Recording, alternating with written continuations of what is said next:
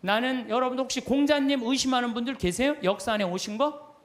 의심 안 하죠? 아, 공자님 왔다 가시고 뭐 거기에 다 있잖아요. 공자님 얘기요. 부처님 혹시 여러분 왔다 가신 거 의심하는 분들 계세요? 없어요. 시달타라고 왕으로 왔다 갔어요. 예수님도 역사 안에 왔다 가고 마호메트도 역사 안에 왔다 갔어요. 근데 가끔 정말로 무식한 종교 지도자를 만나는 정말 어처구니 없는 사람들은 부처님 없다 이거야. 공자님 없다 이거야. 마호메트 없다 이거야. 우리 예수님만 있다 이거. 예수님만. 이건 말도 안 되는 얘기예요. 선택의 문제, 선택의 문제. 안녕하세요. 마음사전입니다. 황창현 신부의 행복특강 하늘나라 여권 1-1을 시작합니다. 정확한 정보 전달을 위해 자막 제작에 신경을 많이 쓰고 있습니다. 영상 보시기 전에 좋아요와 구독 부탁드리며 시청 후 느끼신 점을 댓글로 남겨주시면 다른 분들과 함께 나누는 좋은 기회가 될 것 같습니다. 영상 마지막에 요점 정리가 있으니 끝까지 시청해 주시면 감사하겠습니다. 신부님, 그런데 저는요 가끔 믿음이 흔들릴 때가 있어요. 꽉 붙잡고 사는데 이게 정말로 하느님이 계신가 안 계신가 의심스러울 때가 있어요. 여기 계신 분들도 그럴 때 있어요 없어요? 그거는요 저도 그래요. 믿음하면서 계신가 안 계신가 이거 의심 안 하는 사람 한 사람도 없어요. 심지어 성인들도요 극도의 유혹을 받는다고 그래. 신앙생활하면서 의심을 하는 건 당연한 거예요. 근데 혹시 여기 계신 여러분들 가운데 내가 태어난 날 의심하는 분들 계셔 안 계셔요? 네? 태어난 날 의심하는 분 있어요 없어요? 만약에 태어난 날 의심하면 내가 있는 존재를 의심하는 거 안 의심하는 거예요? 그런데 혹시 여기 태어난 거 보신 분 계세요? 내가 엄마 태를 열고 나올 때 피를 뒤집어 쓰고 딱 나오는 순간 엄마가 나를 안고 빵긋 웃었던 그 모습 기억나요 안 나요? 기억 안 나죠? 그런데도 네 생일이 6월 7일이다 그러면 그날이 내 생일인 줄 다 알아요. 이 엄마가 내 엄마일까 이거 의심하는 사람 없어요. 여러분 혹시 이 엄마가 내 엄마일까 이렇게 의심한 적 있어요 없어요? 요즘은 하도 텔레비에서 엄마가 많이 바뀌는 드라마가 많이 나와갖고 텔레비가 사람 망쳐놓는다니까. 그건 극히 드문 거고요. 다 여러분들 엄마가 배 아파서 다 난 거예요. 근데 여러분들 생일상 받은 날 맨날 엄마 나 난 거 맞아? 이놈의 새끼야 내가 너 배 아파서 났어. 너 내가 너 난 거 믿어. 아 근데 내가 본 적이 없어서 난 믿음이 안 생기는데. 신앙도 똑같아요. 하느님이 나 빚어 만드는 거 나 본 적 없어. 그래도 내가 너를 빚어 만들었다 하느님이 그렇게 말했으면 믿어야 돼 안 믿어야 돼? 믿어야 돼요. 근데 그냥 맨 하느님 미사 할 때마다 하느님 계신 거 맞아? 맞아? 맞아? 이러면 하느님한테 두들겨 맞아? 안 두들겨 맞아요? 하느님한테 두들겨 맞아요. 더욱이 우리 하느님은 당신의 아들을 역사 안으로 보내셨어요. 제가 참 이런 우리가 글이 생긴 게 10,000년 전이야. 10,000년 전. 10,000년 전이 글이 생겼는데 그러니까 이때부터는 역사가 기록이 된 거예요. 부처님이 예수님 탄생 624년경에 오셨어요. 예수님 탄생하시기 전에. 그 다음에 부처님이 한 570년경에 오셨어요. 570년경. 그 다음에 예수님을 기점이야. BC라는 게 Before Christ, 예수님 오시기 전 570년에 공자님이 오셨고 예수님 오시기 전 624년경에 부처님 오셨어요. 그 다음에 이제 AD 이거를 기원 후란 안노 도미노라고 그래요. 이게 안노 도미노 예수님의 해라는 거예요. 주님의 해라는 뜻이야. 그리고 마호메트는 몇 년에 왔냐면 571년에 왔어. 571년에. 예수님이 기점. 예수님 탄생 624년. 나는 여러분 혹시 공자님 의심하는 분들 계세요? 역사 안에 오신 거? 의심 안 하죠? 아 공자님 왔다 가시고 뭐 거기에 다 있잖아요. 공자님 얘기요. 부처님 혹시 여러분 왔다 가신 거 의심하는 분들 계세요? 없어요. 시달타라고 왕으로 왔다 갔어요. 예수님도 역사 안에 왔다 가고 마호메트도 역사 안에 왔다 갔어요. 근데 가끔 정말로 무식한 종교 지도자를 만나는 정말 어처구니 없는 사람들은 부처님 없다 이거야. 공자님 없다 이거야. 마호메트 없다 이거야. 우리 예수님만 있다 이거. 예수님만. 이건 말도 안 되는 얘기예요. 선택의 문제, 선택의 문제. 예수님, 부처님을 아니 그러면은 예수님 오기 전에 있던 사람들은 구원 하나도 없어요? 여러분들 한번 생각해봐요. 예수님 탄생하기 전에 인도에 있는 사람들은 하나도 구원 못 받아요? 아니 한번 생각을 해봐요. 가끔 정말 어처구니 없는 사람, 그런 사람 구원 못 받는데 그거는 하느님이 결정할 일이지 내가 결정할 일이 아니에요. 교회는요 그런 사람에게도 구원 있다고 얘기해요. 우리 교회는. 왜? 교회 밖에도 구원이 있다는 거예요. 교회 안에만 구원이 있는 게 아니라는 거예요. 아니 저 아프리카의 원주민들은 평생 예수님 얘기 하나도 들어본 적이 없는데 그러고 죽었어. 착하게 열심히. 그럼 그 사람 구원 있어요 없어요? 있는지 없는지는 우리는 잘 몰라요. 근데 누구한테 유보해 줘야 돼? 하느님한테 유보해야 돼. 구원을 결정하는 건 내가 하는 게 아니에요. 누가 결정하는 거예요? 하느님이 결정하는 거예요. 제가 여러분들에게 드리고 싶은 말씀은 예수님 역사 안에 왔다 가셨다는 거. 역사 안에 그 예수님을 보고 베드로가 탄생한 거예요.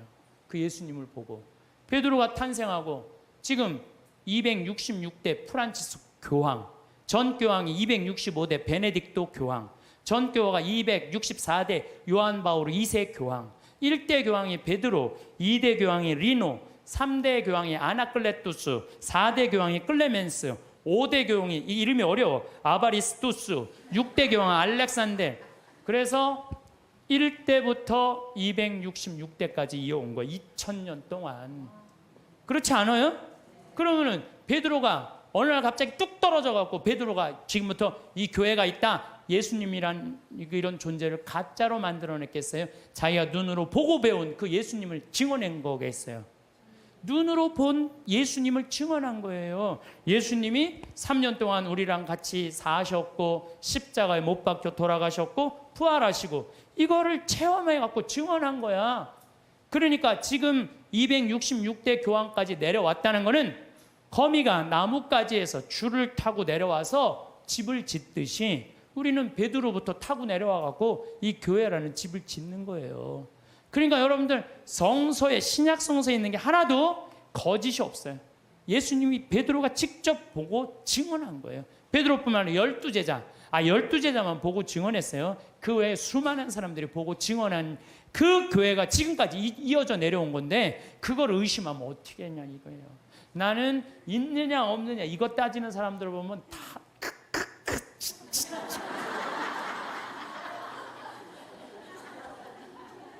가슴이 답답해요. 어떻게 그렇게 의심이 많아요?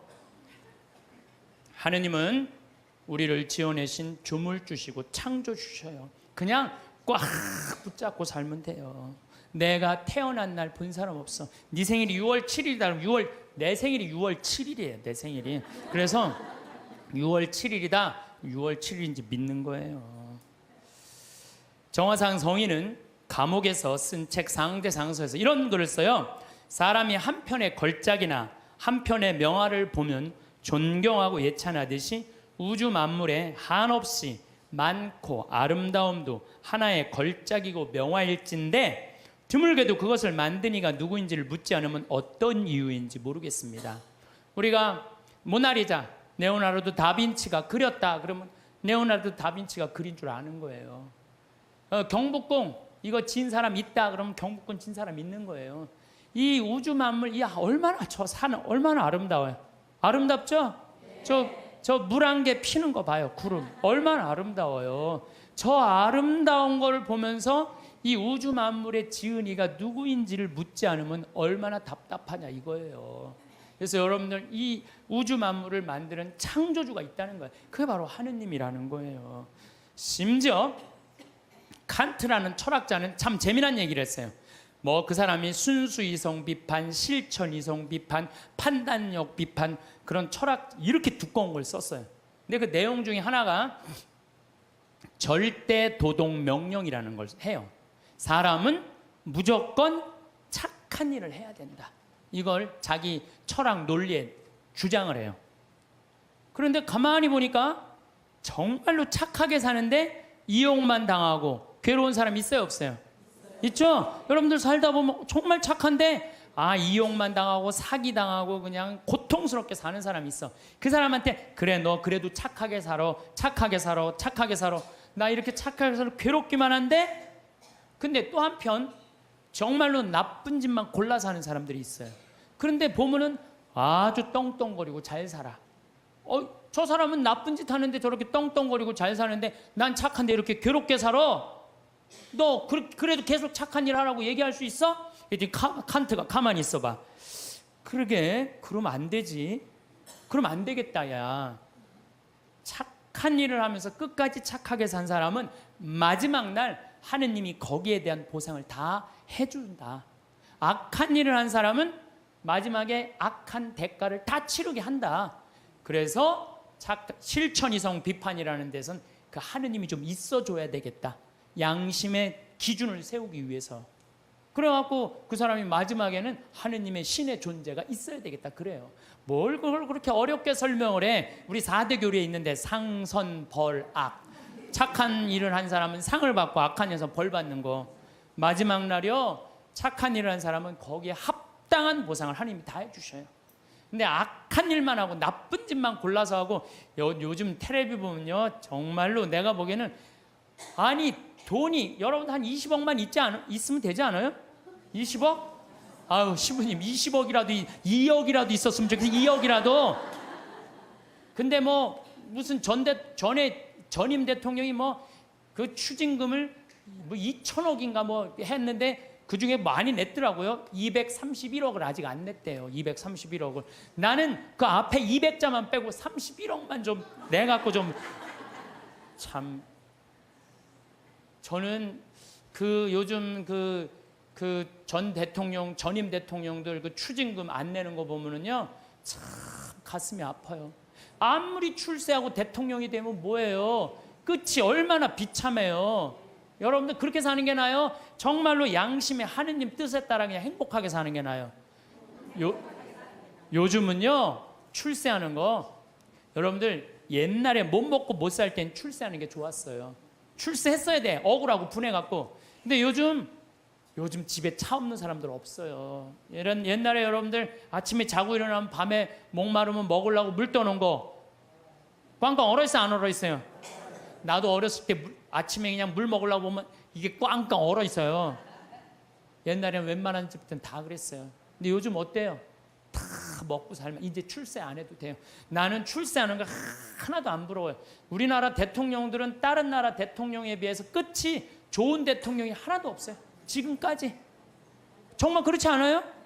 뭐 그냥 그 사랑하는 그냥 중앙정보부장한테 그냥 마지막에 총 맞아 죽고, 두 대통령은 감옥에 가고, 또 두 대통령 아들들 다 감옥에 갔어. 아들들. 그렇잖아요. 또 한 대통령 그냥 바위에서 뛰어내려서 돌아가시고, 그냥 또 그냥 요 최근에 대통령은 그냥 아들이 안 되니까 형이라도 다녀오라고 그냥 형 보내고 그냥. 참 뭐가 좋아요? 출세하는 게. 그냥 양심껏 사는 게 제일 좋아요. 양심껏 사는 게. 그러니까 여러분들 출세하는 거 하나도 부러워하지 말고. 어쨌든 착하게 산 사람은 상을 받고 악하게 산 사람은 벌을 받아야 된다는 거예요. 그러기 위해서 누가 있어줘야 된다? 하느님이 있어줘야 된다. 하느님이. 세상 만물 질서정연하게 돌아가는 이유도 질서의 하느님께서 세상의 질서를 세워주셨기 때문에 우리가 살 수 있는 거예요. 이러한 증거로 하느님의 존재를 알 수 있으며, 하느님의 은총이 온 세상, 온 만물에, 또한 태어나 죽는 날까지 우리에게 머물러 계시니, 저는 이 말 정말로 인정해요. 하느님의 은총이 온 세상, 온 만물에 머물러 있는 거예요. 여러분들 지금 어젯밤에 비가 여기 강원도에 한 10mm 정도 왔어요. 비가 1mm 오면은요 경제적인 효과가 280억이래요. 기상청에서 발표했더라고 얼마 전에.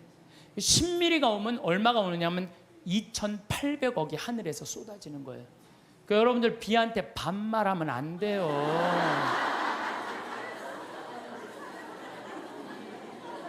근데 우리는 얼마나 건방지냐 하면은 비 왔네?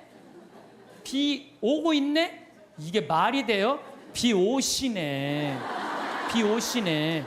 빗님 오셨네. 이래야지. 비 왔네가 뭐예요? 내가 우리 여기 지금 고추를 2만 포기를 심어놨어요. 3,000평에다가. 근데 10일 동안 빗님이 안 오셨어요. 그러면은 10일 정도 안 오면요 말라요.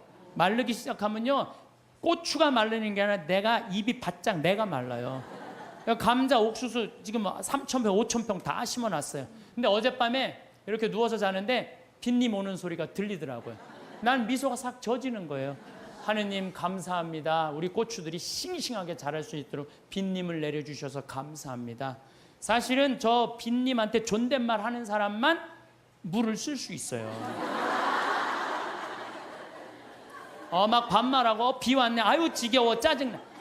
빗님이 오시는 게 얼마나 중요한데 그걸 지겹다고 그래. 농민들한테는요 저게 생명이에요. 생명. 만약에 저걸 내가 한번 재작년인가 3년 전에 배추밭에 가을 마른 장마가 왔어요. 가을 동안 한 번도 빗님이 안 오셨어. 저 강물을 터서 하는데요 그 전기, 노력, 돈이 얼마가 들어가는데요. 그걸 전국적으로 다 한다고 생각을 해봐요. 그러니까 1mm 오면요 280억 내려주시는 거 맞는 거예요. 그러니까 우린 빗님을 해도 어떻게? 빗님 오시네. 감사해야 돼요. 더욱이 우리 여기 지금 이 어두움을 밝히기 위해서 등을 켜놨잖아요. 이거 돈으로 하려면 지금 얼마예요? 우리 한 달에 전기세 500만 원 나가는데 이 큰 건물을 유지하려면은 근데 낮에 태양이 비춰갖고 온 세상을 밝혀주잖아요. 그걸 전기로 쓰려고 생각을 해봐요. 돈이 얼마가 될 것 같아요? 빗님 공짜로 쓰지, 태양빛 공짜로 쓰지. 이걸 공짜로 쓰면서도 하느님의 이 은총을 저버리면 어떻게 하냐 이거예요. 지금 여러분들 더워갖고 저 에어컨 지금 틀어놨잖아요. 저 에어컨만 틀면 우리가 100만 원, 150만 원 전기 확 올라가요. 근데 저 우리 생태마을 앞에 나가면 느티나 바람이 싹 불으면 기분이 얼마나 좋아. 그 바람을 마저도 감사한 거예요. 그걸 에어컨 바람으로 만들어내려면 원자력 발전소 그냥 26개 다 가동해도 못해요. 우리는요 정말로 걸을 때나 눈을 뜰 때나 잠을 잘 때나 공기는 또 어때? 내가 또 이 스킨스쿠버 다이빙해요. 그 물속에 들어갈 때 30분 그 마시는 그 공기통 사는 게 3만 원이에요. 3만 원. 30분 마시는데 3만 원 들어요. 3만 원. 근데 여러분들은 지금 하루 종일 공짜로 얼마나 돼요? 이게 여러분들이 저 앰뷸런스에 실려갈 때 그 산소 호흡기 되면 그건 더 비싸요. 36만 원인데 36만 원. 그러니까 그냥 하루 24시간 숨 공짜로 쉬면은 여러분들 거의 1,000만 원 280억 내려주시지 1,000만 원 공짜로 내려주시지. 그런데 이게 감사하지 않고 살면은 이게 어찌 된 일이냐 그 얘기예요. 하느님 은총 없이 되는 일 하나도 없어요. 하느님의 그 은혜를 저버릴 수 없음은 아들이 어버이 덕에 먹고 그 집에 살며 그 살림을 쓰면서 함부로 제가 잘난 체하며 부모를 무시하며 섬김과 근본을 갚는 뜻을 모르면 효도입니까? 불효입니까? 여러분들 태어나갖고 엄마 아버지 세간살이 써야 안 써요? 쓰죠? 엄마 아빠 밥솥 쓰고 엄마 아빠 방 쓰고 엄마 아빠 거실 쓰고 엄마 아빠 전기 다 쓰는 거 아니에요? 전화기. 그런데 그 엄마 아빠한테 감사하지 않으면 효도냐 불효냐 이거예요. 그것처럼 우리는 하느님 세간살이 쓴다 이거예요. 나무, 저 빗님, 태양, 바람 다 하느님 세간살이야. 그걸 쓰면서 감사해야 된다 이거죠. 저는 여러분들도 다 하느님 은총 속에 살았지만 저는 특별히 하느님 사랑받고 산 신부예요. 제가 2010년 4월 6일 날 위암 수술했어요. 위를 3분의 1을 잘라냈어요. 위를 3분의 1을. 내가 그렇게 방송에 나가서 그렇게 위암 수술했다는데 말할 때마다 놀라는 거 보면 난 또 놀라요. 내가 전국적으로 이렇게 수술했다고 얘기해도. 근데 우리 위가 딱 손바닥만 하대. 손바닥. 근데 저는 정 가운데 위암이 생겼어요. 1.5cm가 생겼어요. 그러더니 의사가 요 밑에 생겼으면은 밑에만 자르면 되는데 위에 생겼으면 위에만 자르면 되는데 정 가운데 자르면 위로 5cm 아래로 5cm 잘라야지 더 이상 전이가 안 된다는 거예요. 그래서 3분의 2를 잘라야 된다고 잘랐어요. 근데 우리 위는 위는 음식을 받아들이는 부분이에요. 아래는 음식을 빻는 부분이야. 빻는 부분. 나는 근데 빻는 부분을 자른 거야. 빻는 부분을. 그러니까 음식을 먹으면은 옛날에는 위가 알아서 빠졌어. 그래갖고 소장으로 보내줬어. 소장에서는 흡수만 하면 돼. 근데 이제 음식을 먹으면 어떻게 되느냐? 바로 이제 잘라갖고 이 12장하고 바로 소장으로 내려가는 거예요. 근데 내가 우리 몸이요. 여러분들 제가 항상 강의 때마다 얘기하죠. 이 몸 자체 여러분들 이거 다 돈이에요. 돈. 정말 기가 막힌 거예요. 우리 시각 장애우들 내가 얘기하잖아요. 시각 장애우들 눈 하나 이거 갈아 끼는데 얼마 들어? 1억 들어. 1억. 2개 갈아 끼면 2억이야. 2억. 지금 나 눈 뜨고 쳐다보고 있는 분들 2억 깔고 지금 쳐다보고 있는 2억 깔고. 아니 내가 해보니까 이게 다 돈이라는 생각이 들어요. 이게 이제 위를 잘랐어요. 위를 잘라니까 밥을 먹잖아요. 그럼 의사 선생님이 밥 먹으면 무조건 45도 누워 있으래요. 왜냐하면 이제 먹으면은 옛날에는 누가 빻어? 위가 이제 빻단 말이야. 근데 지금은 누가 빻냐면 소장이 빻는 거예요. 여기 들어가면은 음식이 들어가면요 신기해. 여기서 물컹 지나가 음식이요. 진짜로 이렇게 지나가요. 이렇게 지나가고 이쪽 등 쪽으로 해서 꾸르륵 하면서 또 이쪽으로 물컹 지나가요. 참 기가 막히더라고요. 이렇게 보면은 이렇게 꿀꿀 음식이 지나가는 소리가 들려요. 우리 몸이요 이게 다 기적이야 기적. 그러니까 여러분들 심장 하나 갈아 낀데 5천, 간 갈아 낀데 7천, 신장 갈아 낀데 3천 드는 거예요. 그럼 이거 2억, 이거 1억 5천, 3억 5천. 내가 요즘 이가 안 좋아갖고 이거 갈아 이거 이제 틀니 비슷한 거 끼고 있거든요. 의사한테 물어봤어요. 이거 저기 뭐야 임플란트로 다 갈으려면 얼마냐? 이가 28개래요. 신부님 싸게 해줘서 5천 해준대. 그러면은 이거 3억 5천, 이거 5천, 4억이야 4억. 팔 하나 갈아 낀데 400, 양팔 800, 양다리 1600. 5억에 5억. 근데 여러분들 생각을 해봐요. 얼마 전에 우리 집에 부천에서 한 아이가 정말로 잘생긴 아이가 왔어요. 근데 이 아이가 몸이 근육이 지방으로 바뀌는 병이에요. 그래서 얘는 목에 근육이 없어갖고 목을 가눌 수가 없어. 근데 평화방송에서 맨날 날 보는 게 소원인 거야. 형도 그런데 형은 이제 더 이상 움직일 수가 없대. 동생이 왔어요.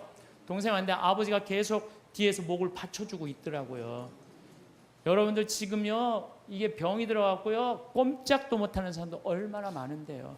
근데 그냥 내 남편 멀쩡하고 우리 애들 둘 멀쩡해. 이 멀쩡한 4명 둘러앉아 밥 먹으면요 20억이 둘러앉아 밥 먹는 5억짜리. 감사해야 돼 안 감사해야 돼? 만약에 남편이 저녁에 퇴근해 갖고 들어와 그럼 뭐라 그래야 돼? 5억 들어오네. 5억 어서 들어와.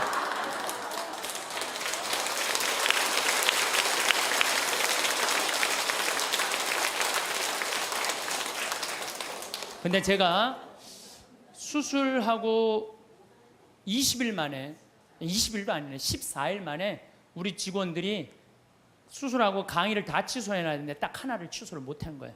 그래서 난 수술하자마자 2주일 만에 강의를 하루 종일 그것도 2,000명 앞에서 강의를 했어요. 근데 이렇게 강의를 하고 밥 먹고 누워 있어야 되는데 밥 먹자마자 강의를 하면요 위가 그렇게 아픈 거예요. 꼬맨 데가 계속.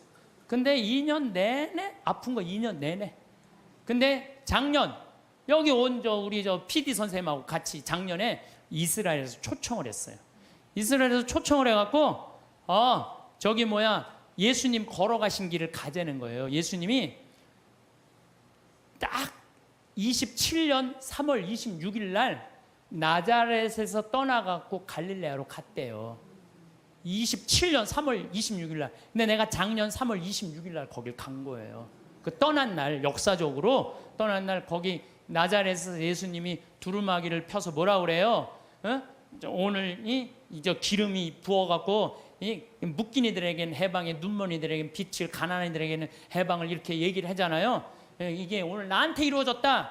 그러니까 저놈이 목수의 아들 아냐? 그러니까 예수님 뭐라 그래? 의사의 내 병이나 고쳐라. 니네들 그러겠지만은 사렙다 부인 나만 뭐 다 났을 때 다 이방인들 고쳐줬다. 그러니까 그냥 동네 사람들이 열받아갖고 예수님 멱살 끌고 이 추락산이라고 그러고 시험산이라는데 끌고 내려갖고 밀어 떨어뜨리려고 그래. 근데 그 시험산이 몇 메타냐면 370m 정도 돼요. 높이가. 남산이요 270m예요. 근데 시험산에 거 예수님 밀어 떨어뜨리는 데는 거기서도 출발한 거예요. 가보니까요, 밑에 돌이 그냥 엄청나게 많더라고요. 예수님 거기서 밀어 떨어뜨렸으면 예수님 뼈도 못 추렸어요. 진짜로.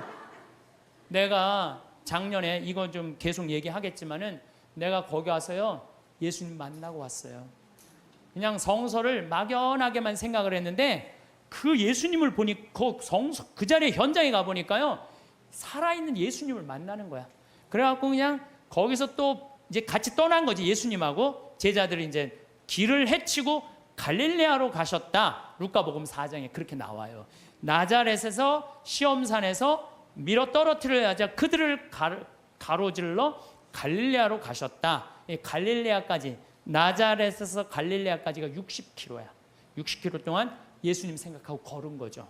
근데 위암 수술한 놈이 배는 아파 죽겠는데 맨날 걸으니까 배가 아파요, 안 아파요? 잘 때마다 아픈 거예요, 배가. 요 얘기는 내가 다음 시간에 내가 하도록 하겠습니다. 감사합니다. 1. 신앙의 흔들림과 의심. 성인들조차 신앙생활 중에 하느님의 존재를 의심할 수 있으며 이는 자연스러운 과정이다. 태어난 날이나 엄마의 존재를 의심하지 않듯 하느님의 창조도 믿음으로 받아들여야 한다. 2. 역사 속 예수님의 존재. 예수님은 역사 안에 실존했던 인물로서 베드로와 후대 교황들이 그를 증언하며 교회의 전통이 이어져 왔다. 3. 구원의 보편성. 예수님 이전에 살았던 사람들도 구원의 가능성이 있으며 구원은 하느님의 결정에 달려 있다. 4. 우주와 창조주의 존재. 아름다운 자연을 보고 느끼면서 창조주의 존재를 묻지 않는 것은 답답한 일이며 하느님을 창조주로 인정하는 것이 필요하다. 5. 칸트와 절대 도덕. 칸트는 착하게 사는 사람이 결국 보상을 받고 악행을 저지르는 사람은 대가를 치르게 된다고 주장하며 이로써 하느님의 존재가 필요함을 강조했다. 이 강의를 통해서 믿음과 의심 그리고 하느님의 존재에 대해 깊이 생각해 볼 수 있었습니다. 우리가 태어난 날을 기억하지 못하더라도 그날이 우리에게 중요한 의미가 있듯이 하느님에 대한 믿음도 우리 삶에서 빼놓을 수 없는 부분임을 느꼈습니다. 예수님이 역사 속에서 실존한 인물이라는 점은 교회와 신앙 공동체의 연대기를 통해 더욱 확고히 다가왔습니다. 또 자연을 바라보며 느끼는 그 경이로움은 창조주의 존재를 다시금 생각하게 만드는 힘이 있었고 개인적으로 제 신앙과 삶의 방향성을 다시 점검해 볼 수 있었습니다. 오늘 함께한 하늘나라 여권일 다시 이 강의가 여러분의 마음에 작은 울림이 되었기를 바랍니다. 영상이 유익하셨다면 구독, 좋아요, 알림 설정 부탁드리며 소중한 분들에게도 공유해 주세요. 여러분의 생각이나 느낀 점을 댓글로 남겨주시면 다른 분들과 함께 나누는 좋은 기회가 될 것 같습니다. 다음 영상에서 또 뵙겠습니다. 감사합니다.